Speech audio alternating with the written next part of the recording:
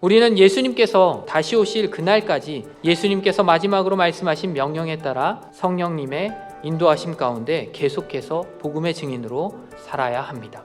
하나님께서는 우리에게 아들을 아끼지 아니하시고 내어주셨습니다. 그리고 우리를 구원하여 주셨습니다. 우리를 구원하기 위해 모든 것 버리시고 이 낮고 낮은 땅에 오셔서 행하시며 가르치시고 그리고 모진 고난과 고통을 당하시고 가장 잔인하고 고통스러운 처형 방법인 십자가에서 피 흘려 죽으시고 부활하신 그 주님께서 승천하시기 전 우리에게 땅끝까지 이르러 내 증인이 되라고 명령하심을 잊지 말아야 합니다. 증인이 되는 것은 해도 되고 안 해도 되는 것이 아니라 꼭 해야만 하는 주님의 명령입니다.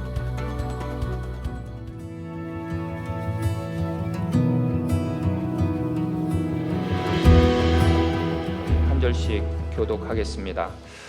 데오빌로요, 내가 먼저 쓴 글에는 물은 예수께서 행하시며 가르치시기를 시작하심부터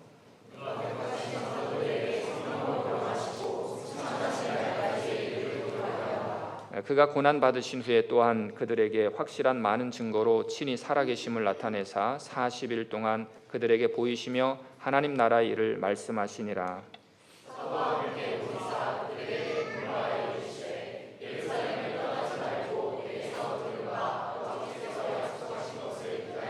요한은 물로 세례를 베풀었으나 너희는 몇 날이 못되어 성령으로 세례를 받으리라 하셨느니라.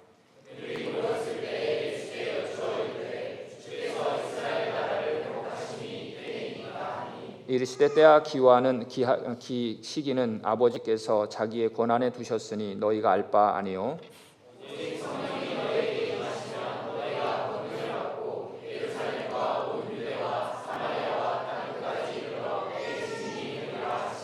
이 말씀을 마치시고 그들이 보는데 올려져 가시니 구름이 그를 가리어 보이지 않게 하더라.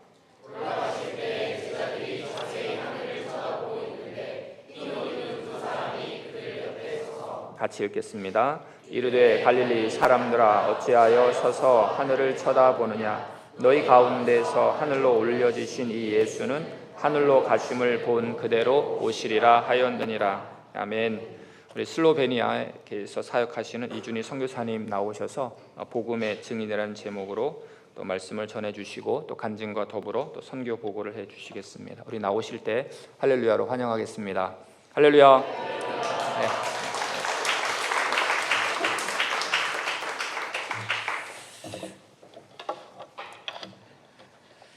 잠시 기도하도록 하겠습니다. 사랑의 하나님 아버지 감사합니다. 주님 거룩한 주일 주님 전화 예배하게 하시고 또한 이 시간 주님의 말씀을 듣습니다. 부족한 종은 가려주시고 온전히 주님의 말씀만 드러나게 하나님 인도하여 주시옵소서. 모든 것들 주님께 맡겨드리며 우리를 구원하신 예수 그리스도의 이름으로 간절히 기도합니다. 아멘. 사도행전은 예수 그리스도의 부활과 승천 이후 30년간의 초대교회 역사에 관하여 기록되어 있습니다. 사도행전은 예수 그리스도의 지상 사역을 기록한 사복음서들과 연속선상에서 기록되어 있으며 직접적으로는 누가복음에 이어서 쓰여졌습니다. 사도행전의 저자는 누가입니다. 누가는 예수 그리스도의 구원, 즉 모든 사람에게 해당하는 복음이 예루살렘과 유대와 사마리아와 땅끝까지 이르러 전파되는 복음을 기록하였습니다. 다시 말해 사도행전은 이 땅에 성육신하신 예수 그리스도의 인간의 구원을 위한 십자가 부속, 순환을 마치시고 부활 승천하시며 주셨던 성령 강림의 약속과 내 증인이 되리라 하는 지상 명령에 따라 성령 강림 이후 예수 그리스도의 남은 제자들과 사도들을 통하여 이루어지는 초대교회의 역사를 기록하고 있습니다. 사도행전의 시작은 이렇습니다. 1절과 2절 말씀에 데오빌로여 내가 먼저 쓴 글에는 무릇 예수께서 행하시며 가르치시기를 시작하심부터 그가 택하신 사도들에게 성령으로 명하시고 승천하신 날까지의 일을 기록하였노라 말씀합니다. 사도행전은 누가가 데오빌로에게 쓴 글인 것을 우리는 말씀을 통해 알 수 있습니다. 1절에서 먼저 쓴 글은 누가복음이며 사도행전은 누가복음의 연장 또는 확장입니다. 누가복음에서 예수님께서 행하시며 가르치시기를 시작하신부터 예수님께서 택한 사도들에게 성령으로 명하시고 승천하신 날까지의 일을 기록하였다고 말씀하고 있습니다. 그리고 이어 3절에 그가 고난받으신 후에 또한 그들에게 확실한 많은 증거로 친히 살아계심을 나타내사 40일 동안 그들에게 보이시며 하나님 나라의 일을 말씀하시니라 라고 말씀합니다. 예수님께서는 십자가에서 우리의 죄를 대신해 죽으시고 부활하신 후에 40일 동안 친히 제자들에게 보이셨습니다. 그리고 많은 증거들을 통하여 살아계심을 나타내시고 하나님 나라의 일을 말씀하셨습니다. 부활하신 것으로 끝이 아니라 진짜로 살아나셨음을 증거로 보이시고 40일 동안 제자들에게 하나님의 나라의 일을 말씀하신 것은 예수님께서 승천하신 이후 이 땅에 남게 될 제자들과 성도들의 할 일 역시 하나님 나라의 일을 말하는 것이 되어야 함을 보여주시기 위함이었습니다. 그리고 예수님께서는 제자들에게 말씀하셨습니다. 4절과 5절에 사도와 함께 모이사 그들에게 분부하여 이르시되 예루살렘을 떠나지 말고 내게서 들은 바 아버지께서 약속하신 것을 기다리라. 요한은 물로 세례를 베풀었으나 너희는 몇 날이 못되어 성령으로 세례를 받으리라 하셨느니라 라고 말씀합니다. 예수님께서는 사도들과 함께 모이셨습니다. 그런데 우리가 방금 읽은 말씀에는 사도라는 단어가 들어가 있지만 원어 성경에는 사도라는 직접적인 단어가 없습니다. 원어 성경을 직역하면 그리고 그가 함께 모였다 입니다. 아직 사도라는 단어가 사용되지 않았음을 알 수 있습니다. 사도는 아포스톨로스라는 단어로 보냄을 받은 자라는 뜻입니다. 아직은 제자들이 성령을 받지 아니하였고 그리고 보냄을 받지 않았다는 뜻입니다. 예수님께서는 그들에게 예루살렘을 떠나지 말고 아버지께서 약속하신 것, 즉 성령을 기다리라고 말씀하십니다. 이 말씀은 제자들이 예루살렘을 떠나려고 했다는 것을 짐작해 볼 수 있습니다. 그 이유는 예루살렘은 예수님을 십자가에 못 박았던 종교 지도자들이 있던 곳이었습니다. 그리고 언제 자신들이 잡혀 죽을지도 모른다는 것이 있었습니다. 그리고 제자들의 집은 대부분 갈릴리에 있었기에 굳이 예수님이 안 계신 상황에서 예루살렘에 머물 이유가 없었습니다. 이러한 상황을 알고 계셨던 예수님께서는 제자들에게 예루살렘을 떠나지 말라고 명령하신 이유가 분명하게 있었습니다. 첫 번째는 이미 구약에서 이사야서 2장 3절과 미가서 4장 2절에 예루살렘이 율법과 여호와의 말씀이 나오는 곳으로 예언된 사실을 성취하기 위함이었습니다. 두 번째 이유는 예루살렘은 예수님께서 죽으심으로 인간의 모든 죄의 문제를 해결한 구원의 시발점이 되는 곳이기 때문입니다. 즉 예루살렘은 구원의 시발점이며 약속하신 성령님께서 임할 장소로서 교회의 시발점인 동시에 그 성령으로 말미암아 이곳으로부터 온 유대로 사마리아와 땅 끝까지 복음이 퍼져나가게 될 복음의 근원지라는 상징적 의미가 있기 때문입니다. 세 번째 이유는 예수 그리스도를 인정하지 않고 오히려 핍박하고 십자가에 달려 죽게 한 예루살렘에 성령이 임하고 초대교회가 세워짐은 사단의 세력에 대한 승리를 상징하기 때문입니다. 이렇게 예수님께서는 이러한 이유 때문에 제자들에게 예루살렘을 떠나지 말고 아버지께서 약속하신 성령이 오실 것을 기다리라고 말씀하셨습니다. 그리고 요한은 물로 세례를 베풀었으나 몇 날이 못되어 성령님께서 임하셔서 성령으로 세례를 받을 것을 말씀하셨습니다. 예수님의 말씀을 들은 제자들은 예수님께 묻습니다. 6절에 그들이 모였을 때에 예수께 여쭈어 이르되 주께서 이스라엘 나라를 회복하심이 이때니까 하니 이르시되 때와 시기는 아버지께서 자기의 권한에 두셨으니 너희는 알 바 아니요라고 말씀합니다. 제자들은 이스라엘 나라 회복이 이때인지를 묻습니다. 그러자 예수님께서는 때와 시기는 아버지의 권한이라고 너희가 알 바 아니라고 말씀하십니다.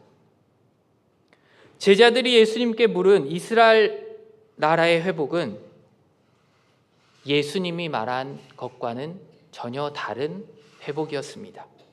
예수님께서 4절과 5절에서 말씀하신 것을 제자들이 잘못 이해한 것입니다. 제자들은 정치적으로 이 메시아의 나라가 임박했음을 예언한 것으로 잘못 이해하고 흥분된 마음으로 질문한 것입니다. 바로 로마의 지배를 받고 있는 상황에서 이스라엘의 회복을 생각한 것입니다. 회복하심이라고 번역된 원어 아포카디스 타네이스는 종말론적인 의미로 쓰여서 마지막 때에 하나님에 의해 바른 질서가 회복된다는 의미를 가지고 있기도 합니다. 즉 모든 불의의 세력을 멸하고 하나님의 정의를 바로 세운다는 의미를 지니고 있습니다. 제자들은 예수님께서 말씀하신 성령 세례를 받는 시점이 자신들이 꿈꾸고 있는 로마의 정치적 지배로부터 이스라엘이 회복되는 때인가를 예수님께 물었던 것입니다. 제자들은 예수님께서 부활하신 뒤에도 이 세상의 사람들에게 구원을 주시기 위해 오신 영적인 메시아이신 하나님의 아들임을 알지 못하고 유대인들이 일반적으로 고대하던 정치적인 메시아로만 생각하고 있었던 것입니다. 이런 제자들의 모습을 볼 때 제자들의 모습이 우리들의 모습은 아닌지 생각하게 됩니다. 죽음 가운데 있던 우리를 구원해 주시고 자녀 삼아 주신 하나님의 은혜에 감사하다고 입으로 고백하면서도 이 땅에서의 복을 구하고 있는 우리들의 모습을 보면 제자들과 다르지 않음을 보게 됩니다.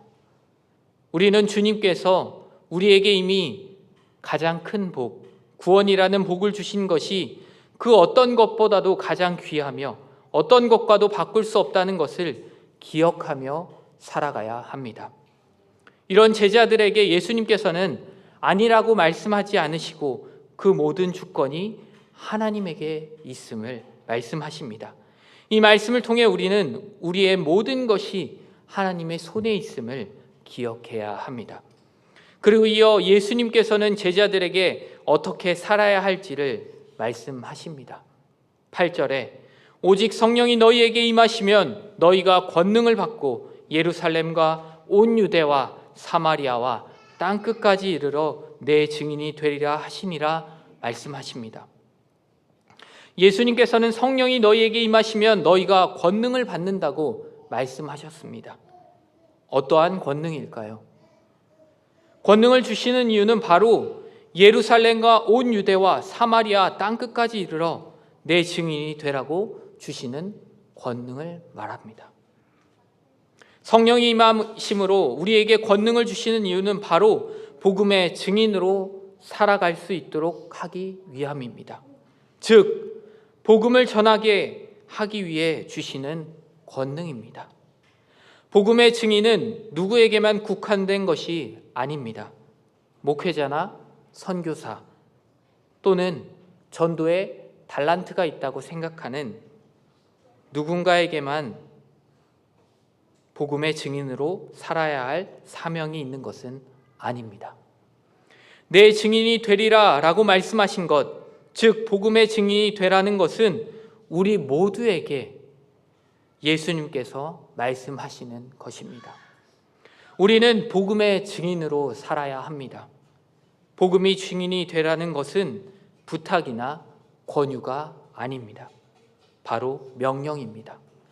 증인이 되리라 해서 되리라로 번역된 원어는 미래 시제로도 명령형 현재 시제로도 사용됩니다. 미래형으로 볼 경우 예수님께서 제자들이 세계 곳곳으로 나가 복음 전파자가 될 것을 예언하신 것으로 볼 수 있습니다. 반면 명령형으로 볼 경우 복음을 전파해야 하는 필연적 의무를 주는 명령이 됩니다. 예수님께서 승천하시기 전에 하신 이 마지막 말씀은 우리가 성령님의 인도하심에 따라 그리스도의 증인, 즉 복음의 증인이 되라고 명령하고 계신 것입니다. 그리고 9절에서 11절 말씀에 이 말씀을 마치시고 그들이 보는데 올려져 가시니 구름이 그를 가리어 보이지 않게 하더라. 올라가실 때에 제자들이 자세히 하늘을 쳐다보고 있는데 흰옷 입은 두 사람이 그들 곁에 서서 이르되 갈릴리 사람들아 어찌하여 서서 하늘을 쳐다보느냐 너희 가운데서 하늘로 올려지신 이 예수는 하늘로 가심을 본 그대로 오시리라 하였느니라 말씀합니다. 예수님께서는 이 땅의 모든 사역을 마치시고 하늘로 올려지셨습니다.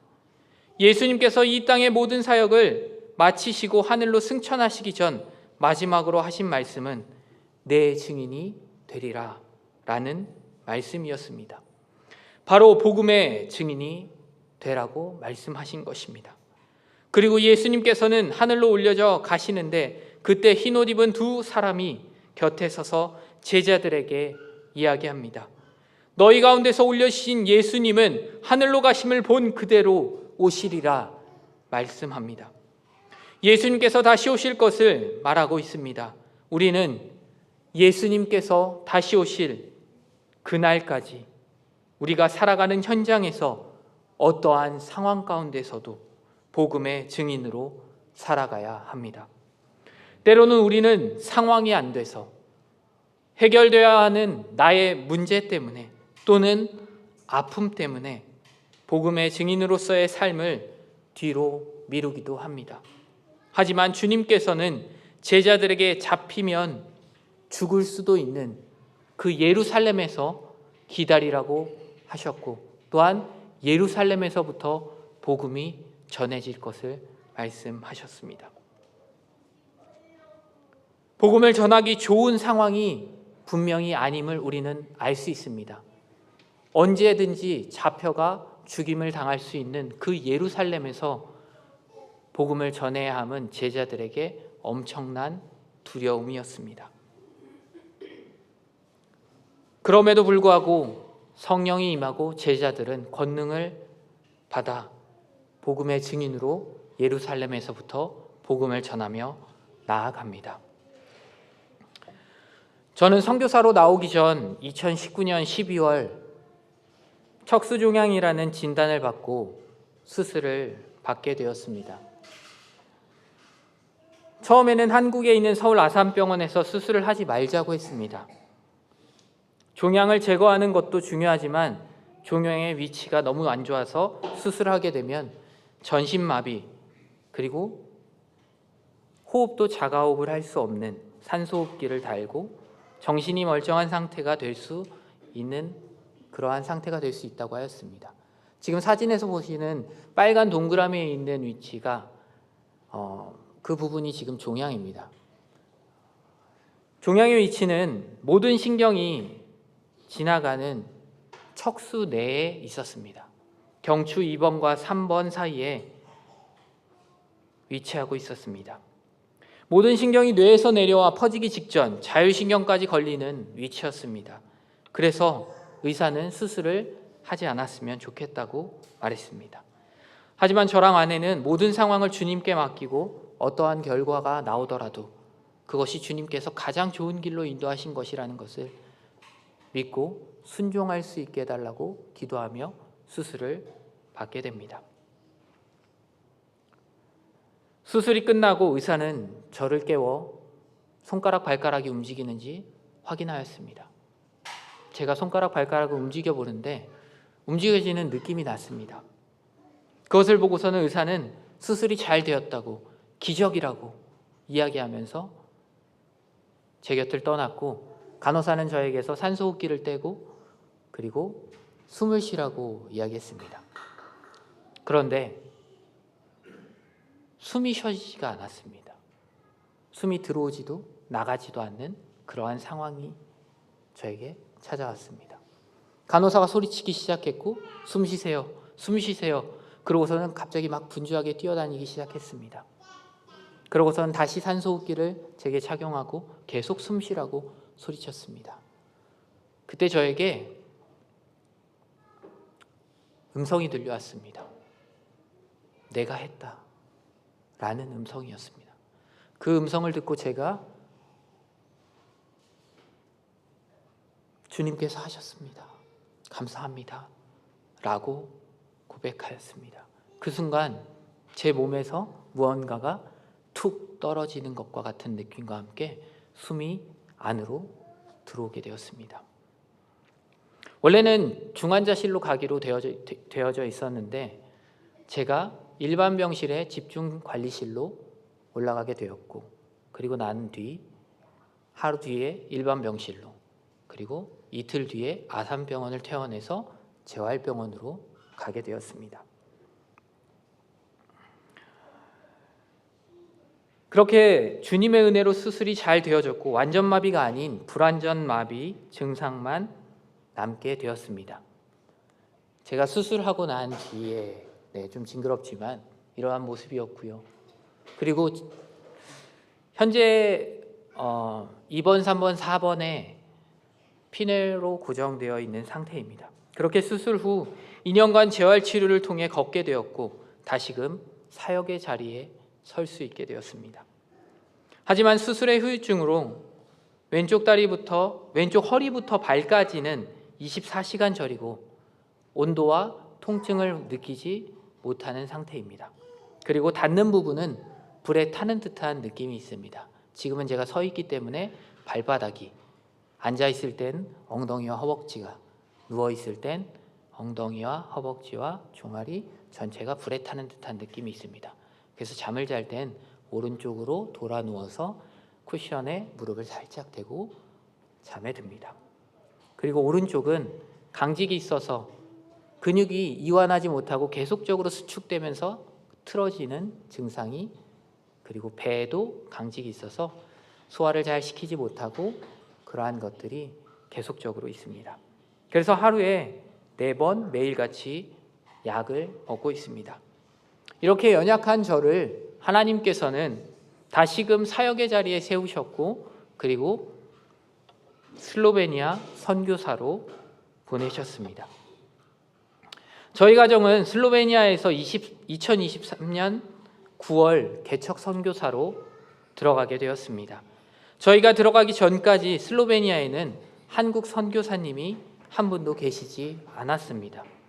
슬로베니아에 가보지도 않았고 아는 사람도 없었던 저희는 그곳으로 하나님의 보내심에 따라 나아가게 되었습니다. 지금 돌아보면 어떻게 답사도 없이 아무 준비도 없이 슬로베니아로 들어갈 수 있었을까라는 생각을 하게 됩니다. 하지만 모든 것이 주님의 계획하심 가운데 있었고 주님의 은혜로 지금까지 오게 되었습니다. 저희는 비자도 없고 집도 없이 슬로베니아에 도착했습니다. 저희가 준비되었던 건 민박 10일박 한국에서 예약했던 것이 다였습니다. 저희 가족 4명은 슬로베니아 루블라냐 공항에 이민 가방 4개와 기내용 캐리어 4개, 그리고 배낭 4개를 짊어지고 공항에 도착했습니다.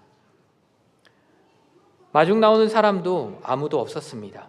저희는 그곳에서 차량을 렌트해서 민박을 예약한 곳으로 이동했습니다. 그리고 난 그 다음 날부터 저희는 집을 찾기 시작했습니다. 집을 알아보려면 어디로 가야 되죠? 한국에서는 부동산을 가면 언제든지 집을 볼 수 있었거든요. 부동산을 찾아서 갔습니다. 근데 문이 닫혀 있었고 전화번호만 있었습니다. 전화를 했더니 일주일 뒤에 예약을 하고 와서 그때 상담을 하고 집을 보자고 했습니다.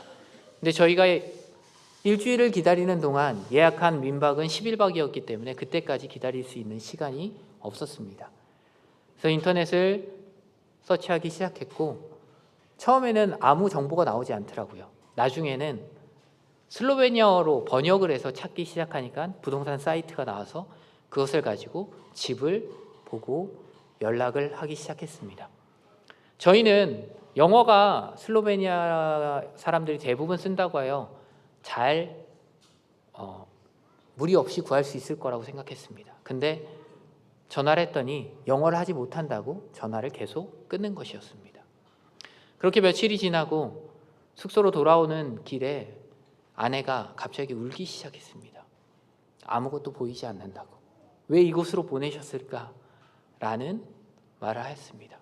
그때 제가 할 수 있는 말은 다른 것이 없고 하나님께서 하실 거야 라는 그 말밖에는 없었습니다.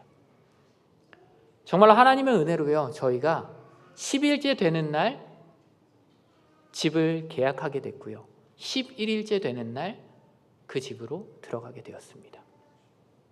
저희는 어떠한 이유에 11일을 예약했는지도 모르겠지만 하나님께서는 정확하게 그날 집으로 들어갈 수 있게 하셨습니다. 그리고 저희는 그 다음에 해결해야 될 문제가 아이들의 학교였습니다. 실은 저희가 비자가 없었기 때문에 아이들의 학교를 어떻게 가야 하는지도 또 어떻게 해야 하는지도 몰라서 무작정 계약서를 들고 주변에 있는 학교를 찾아갔습니다. 슬로베니아 현지 학교에 들어가려면 슬로베니아를 해야지만 들어갈 수 있다고 저희는 알고 있었습니다. 근데 저희가 할 수 있는 것이 없었기에 그냥 무작정 찾아갔습니다. 입학 담당을 하는 선생님과 상담을 하고 그리고 난 뒤에 학교에서 회의를 하고 연락을 줄 테니 기다리라고 하더라고요. 한 3일쯤 됐을 때 연락이 왔습니다. 아이들을 학교에서 받아주겠다고 연락을 받았습니다. 그렇게 해서 아이들이 학교에 들어가게 되었고 그것으로 인해서 저희가 아이들이 비자를 받을 수 있게 됐습니다. 그리고 혹시나 하는 마음에 아내가 대학원에 지원을 하였는데 그것이 허락되어져서 아내도 학생으로 비자를 받게 되었습니다. 그런데 문제는 제 비자였습니다. 슬로베니아는 가족 동반 비자를 받으려면 1년을 거주하고 난 이후에 가족을 신청할 수 있었습니다. 그러다 보니 제가 거주할 수 있는 방법이 없었던 겁니다. 그렇게 해서 찾다 보니 법인을 설립하면 외국인도 비자를 받을 수 있다는 것을 알게 됐습니다. 그 비자를 준비하기 위해 저는 한국으로 쫓겨갔고요. 92일 체류를 하고 난 뒤에 한국으로 쫓겨갔다가 다시 슬로베니아에 들어와서 지금은 법인을 내고 카페를 운영하고 있습니다. 정말로 하나님께서는요, 직접 일하고 계셨고 저희는 그것을 눈으로 볼 수 있었고 정말로 하나님께서 가장 좋은 길로 인도하고 계심을 고백하며 감사할 수 있었습니다. 현재 저희는 주중에 카페를 운영하면서 슬로베니아 아이들과 청년들을 만나고 있습니다. 저희 카페 입구입니다. K-팝을 좋아하는 친구들이 저희 카페를 찾아오고 있습니다. 카페를 K-팝 아이돌 포스터나 포토카드로 인테리어를 하였습니다. 들어가는 계단이고요. 이렇게 되어 있습니다. 그리고 K-팝을 계속해서 틀어놓고 그러다 보니 K-팝을 좋아하는 현지 아이들이 와서 음료를 마시면서 한국 노래를 한국어로 따라 부릅니다. 그리고 카페에 찾아온 손님을 통해 슬로베니아 청년들이 한국 문화를 너무 좋아해서 스스로 한국문화협회라는 것을 만들어서 활동하고 있다는 이야기를 듣게 되었습니다. 회원은 대략 100여 명 정도이고 팔로워는 한 1,500명 정도가 됩니다. 저희는 한국문화협회가 행사를 할 때 물이나 음료를 후원하고 그의 청년들과 함께 관계를 맺어나가고 있습니다. 분기별로 이렇게 K-팝 랜덤 댄스라는 걸 하는데요. 광장에 모여서 이 아이들이 노래가 나오면 중간으로 모여 춤을 추고 또 흩어졌다가 다시 다른 노래가 나오면 춤을 춥니다. 저희가 물을 후원했던 것들을 이렇게 SNS에 올려줘서 저희가 그 사진을 가져왔습니다. 한국 문화를 통해 교제하고 그리고 더 나아가 그들에게 복음을 전하고자 합니다. 그리고 지금 준비하고 있는 사역은 현지 아이들을 대상으로 한글 학교를 준비하고 있습니다. 카페에 오는 아이들 중에 한글을 배우고 싶어하는 아이들이 있어서 카페에서 한글을 가르치고 함께 복음을 전하려고 준비하고 있습니다. 이렇게 주중엔 카페 사역을 하고 있고요. 그리고 주일에는 작년 6월부터 루블리아냐 한인교회가 세워져 카페에서 예배를 드리고 있습니다. 현지인과 결혼하신 한 분의 집사님으로 시작된 예배가 현재는 한국과 다른 나라를 왔다 갔다 하시는 분들까지 총 5가정이 예배하고 있습니다. 저희가 예배하는 장소입니다. 하나님께서 교회를 세우시고 예배하게 하셨습니다. 그리고 교회를 통해 함께 슬로베니아 복음화를 위해 기도하고 작은 섬김의 일도 하게 하셨습니다. 아이들과 함께 나가 노숙자들을 섬기고 복음을 전하는 사역도 하고 있습니다. 상황과 환경을 바라보는 것이 아니라 가장 좋은 길로 인도하시는 주님만을 바라보며 주님께서 주신 사명을 감당하며 나아가고 있습니다. 사랑의 교회 성도 여러분, 우리는 예수님께서 하늘로 올려지시고 다시 오실 그날까지 예수님께서 마지막으로 말씀하신 명령에 따라 성령님의 인도하심 가운데 계속해서 예수 그리스도의 증인, 즉 복음의 증인으로 살아야 합니다. 어느 곳에 서든지 복음을 전하며 증인으로서 살아야 합니다. 하나님께서는 우리에게 아들을 아끼지 아니하시고 내어주셨습니다.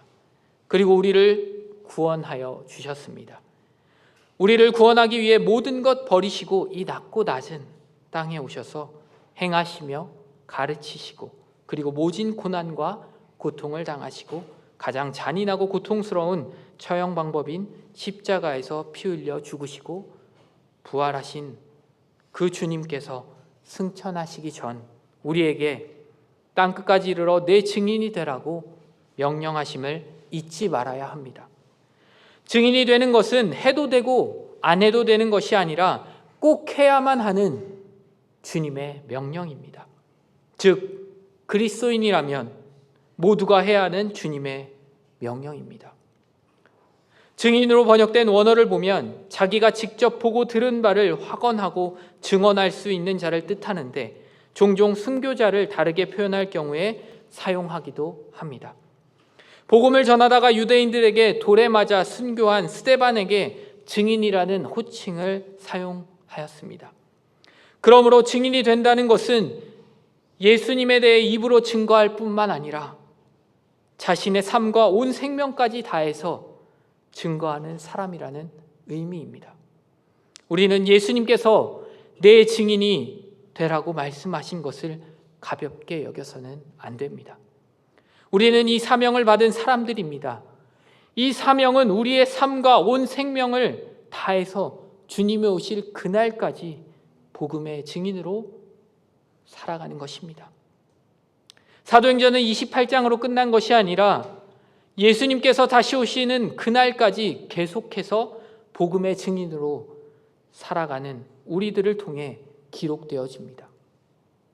먼저 가까이에 있는 가족부터 그리고 친구들과 이웃 그리고 직장 동료 등 우리 주변에 주님을 모르는 사람들에게 복음을 전해야 합니다. 복음을 전하는 것은 말로서만 하는 것이 아니라 삶으로 나타나야 합니다. 우리의 모습 가운데 예수 그리스도의 모습이 나타나야 하고 사랑과 섬김이 나타나야 합니다. 이것이 복음의 증인으로 살아가는 것입니다.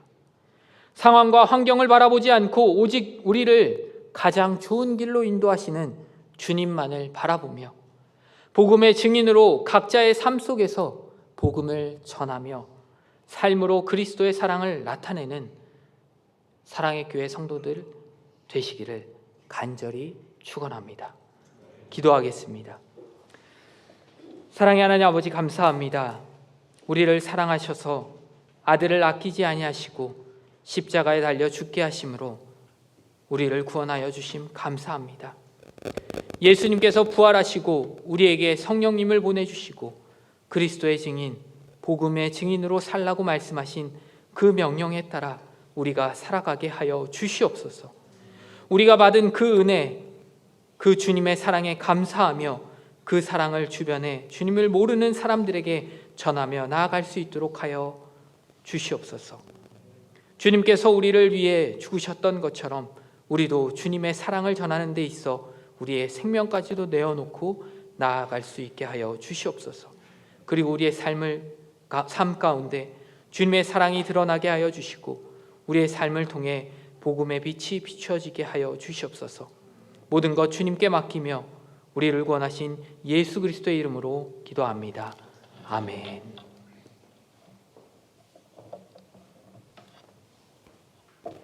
감사합니다. 다시 한번 우리 선교사님을 위해서 함께 기도했으면 좋겠는데요.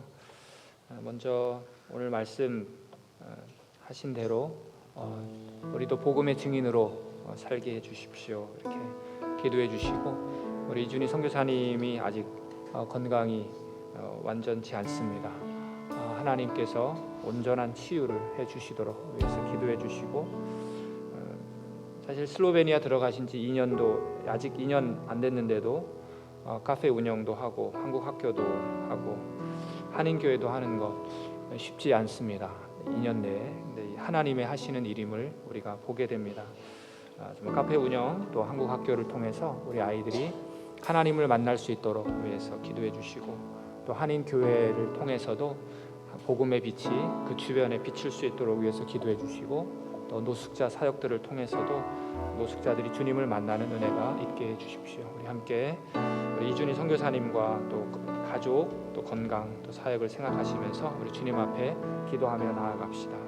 하나님 아버지, 주님께서 우리 이준희 선교사님을 통해서 하나님의 말씀을 우리에게 주셔서 감사합니다.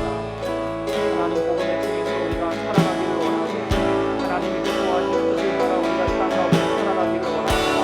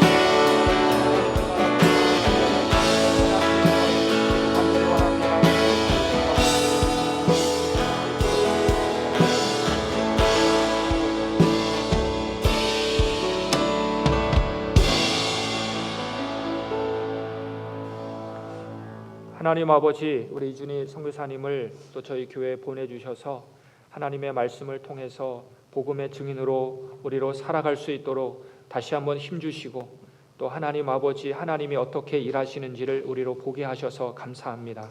우리 이준희 선교사님 정말 더욱더 영과 육으로 강건케 하여 주시기를 간절히 원합니다. 귀한 사역 가운데 하나님 많은 아이들을 보내주신 것 감사드립니다. 하나님 그곳에서 세상적인 하나님 음악을 하지만, 그러나 하나님 주님 앞에 돌아오는 역사들이 있게 하여 주시고, 하나님 아버지 정말 한국 학교를 통해서도 저희들이 한국어를 배우며 또 성경을 한글로 읽는 역사도 일어나게 하여 주시옵소서. 하나님을 위한 한인교회 하나님께서 세우신 것 감사드립니다. 하나님 가는 곳곳마다 하나님의 복음이 전파되게 하여 주시고 그곳에 있는 사람들이 예수님께로 돌아오는 역사가 있게 하여 주시기를 간절히 원합니다. 하나님 주변에 참 어려운 사람들도 많이 있는데 하나님 그들에게 예수의 사랑을 전하게 하시고 그래서 하나님 아버지 주님을 알아가고 하나님 그 땅 가운데 예수님의 하나님 예수 그리스도가 높임받는 역사가 있게 하여 주시옵소서. 주님 저희들 말씀을 통해서 정말 복음의 증인으로 살아가야 됨을 다시 한번 깨닫게 하셔서 감사합니다. 땅끝까지 이르러 내 증인이 되리라 말씀하셨사오매 하나님 아버지 오늘 우리가 깨어서 기도하게 하시고 오늘 우리가 예수의 사람으로 살아가게 하시고 예수를 보여주는 하나님의 백성들 다 되게 하여 주시옵소서. 예수 그리스도 이름으로 기도하옵나이다. 아멘.